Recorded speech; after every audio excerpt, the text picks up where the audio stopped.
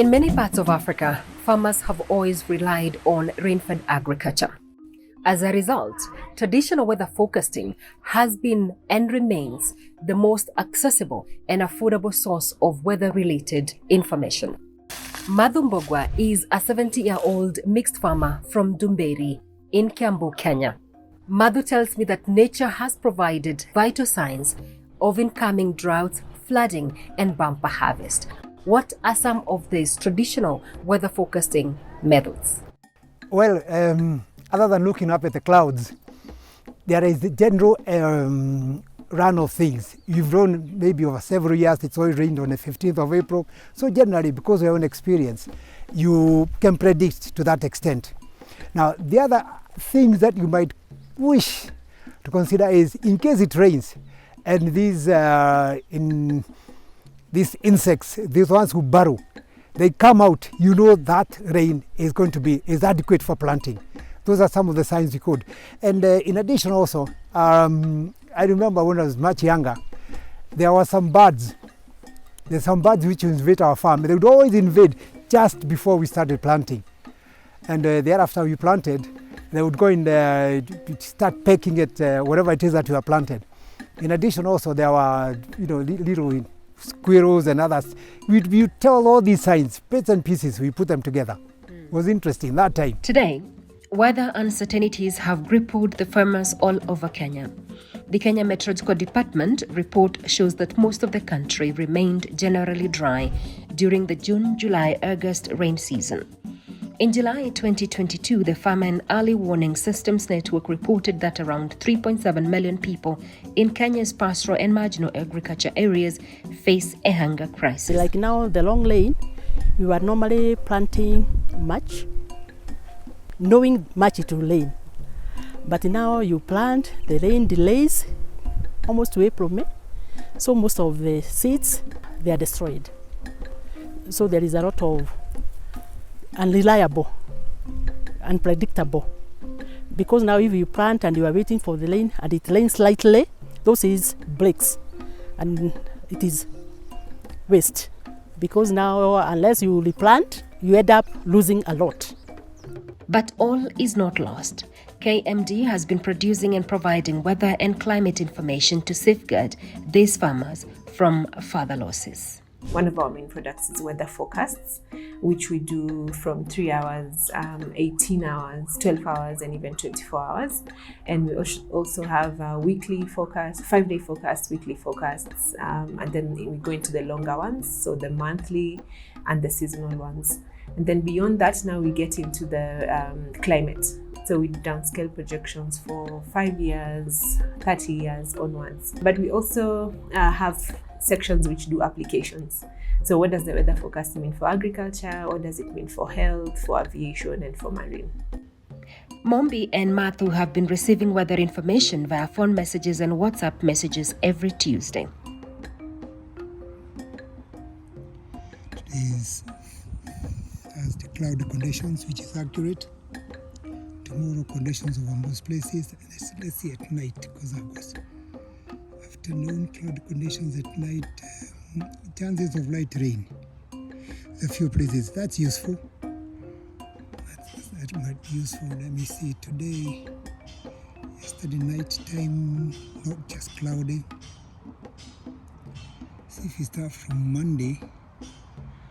From Tuesday, partly cloudy. It's been all along. The predictions had been accurate all along. I normally seek information, and the moment you seek information, you are empowered because knowledge is power. Tuesday to Tuesday, they normally tell us how the weather will be, whether it is short rain, thunder, such things. So most of the time, when you are given the information, you are able to plan for yourself. It has helped me greatly because, like now, if you are harvesting, like now we had beans, maize, potatoes. When you are given the information and you are told it is going to rain, or the weather will not be promising for harvesting, you will not do that work. So it helps us to plan for the work you are supposed to do. If you are told it is sunny, now you start possibly preparing the trenches in the farm, carrying the manure.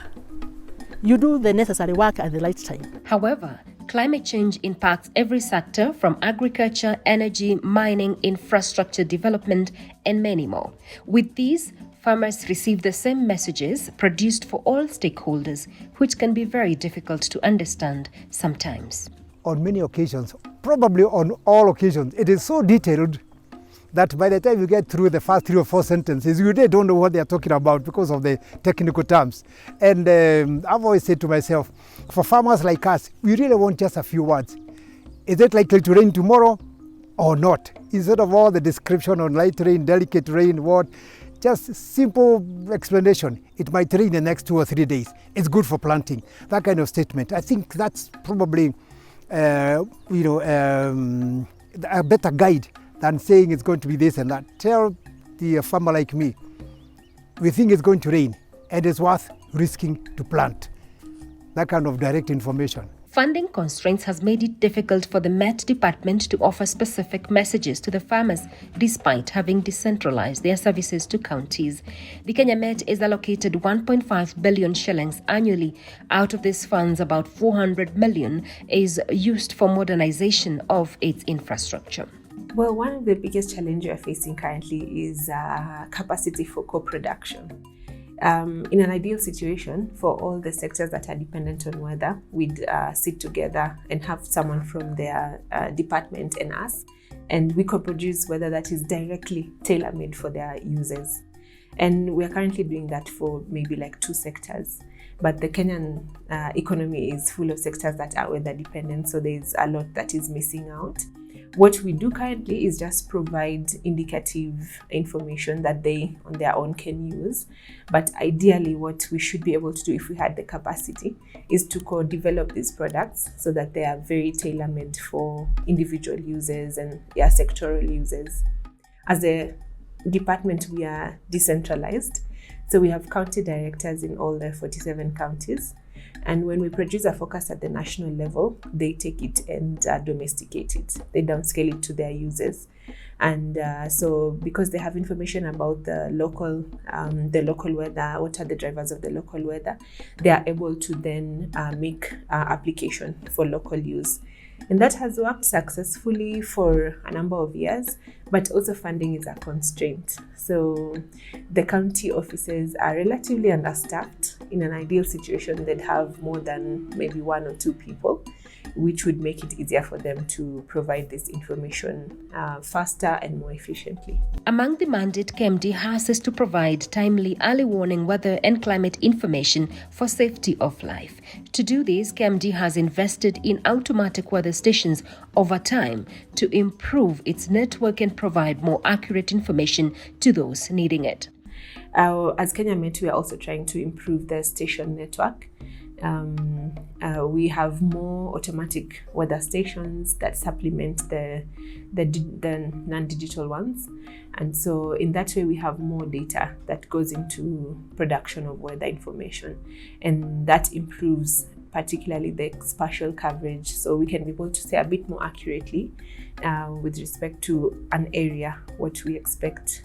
Earlier, it would be a larger area represented by maybe 1 station, but with the improvement in the spatial coverage of the stations, we can be able to maybe break down 1 region into 2, and we have a bit more accurate information. That's still a challenge that we have because our network is not ideal. There are countries that have thousands of stations and they're smaller than Kenya, and that's in the developed world. So in an ideal situation in Kenya, we'd have over 1,000 stations, which we currently don't have. Agriculture is the backbone of the Kenyan economy. It contributes 26% directly to GDP, according to PricewaterhouseCoopers, a leading international accounting firm. At the same time, the agriculture sector employs about 40% of Kenyan population and 70% of the rural population. Now, PwC notes that during the 2022-2023 financial year, the government allocated the sector 63.9 billion shillings, a decline of 16% from 75.7 billion shillings during the 2021-2022 fiscal year. This is despite the increasing drought in Kenya and the Ukraine-Russia crisis impacting food cost amid COVID-19 pandemic. As climate change bites, is there a disconnect between policymakers and understanding of science impacting the allocation of funds? It's really difficult to understand because the science is there.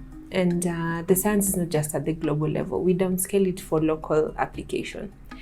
And like, for example, every time an IPCC report comes out, we prepare a policy brief with implications for Kenya. So the information is there. There is a disconnect, however, between this is what needs to be done and this is what is actually being done. And I think it becomes a bit now political when we go in that direction, because then what is the priority of the leaders? For now, Madhu, despite weather information from KMD being helpful occasionally, deciding when to plant will still remain speculation. There's not much difference, but it's been a very good general guide. Most of the time, even when I'm going to plant, I usually don't really wait for the Met Department. I listen to other people. Are they planting? Are they not planting? On many occasions, there is maybe a short rains maybe for a day or so. And just before maybe the long rains, many of us communicate with each other. You hear, need to plant. I'm going to plant. Whether you lose the crop or not, you say it's rather you lose whatever seedlings that you have planted rather than wait and possibly not plant at all, or plant late and maybe lose everything. There's a lot of guesswork. Nyang'iro says it is critical for Kenya and Africa to prioritize climate information if the continent is to achieve sustainable development goal. But how best can countries do this? So for African countries, Kenya included, to achieve sustainable development or climate sustainable development, bearing in mind that climate information needs to make its way into policies and plans on the long term, is very, very important. If we get development funding from outside, we usually do things according to what the agenda is. But for us, I think locally developed solutions are what would be most useful, because we know what the impacts, we know where we feel them the most, and we know what solutions would best fit us as African countries and even Kenya.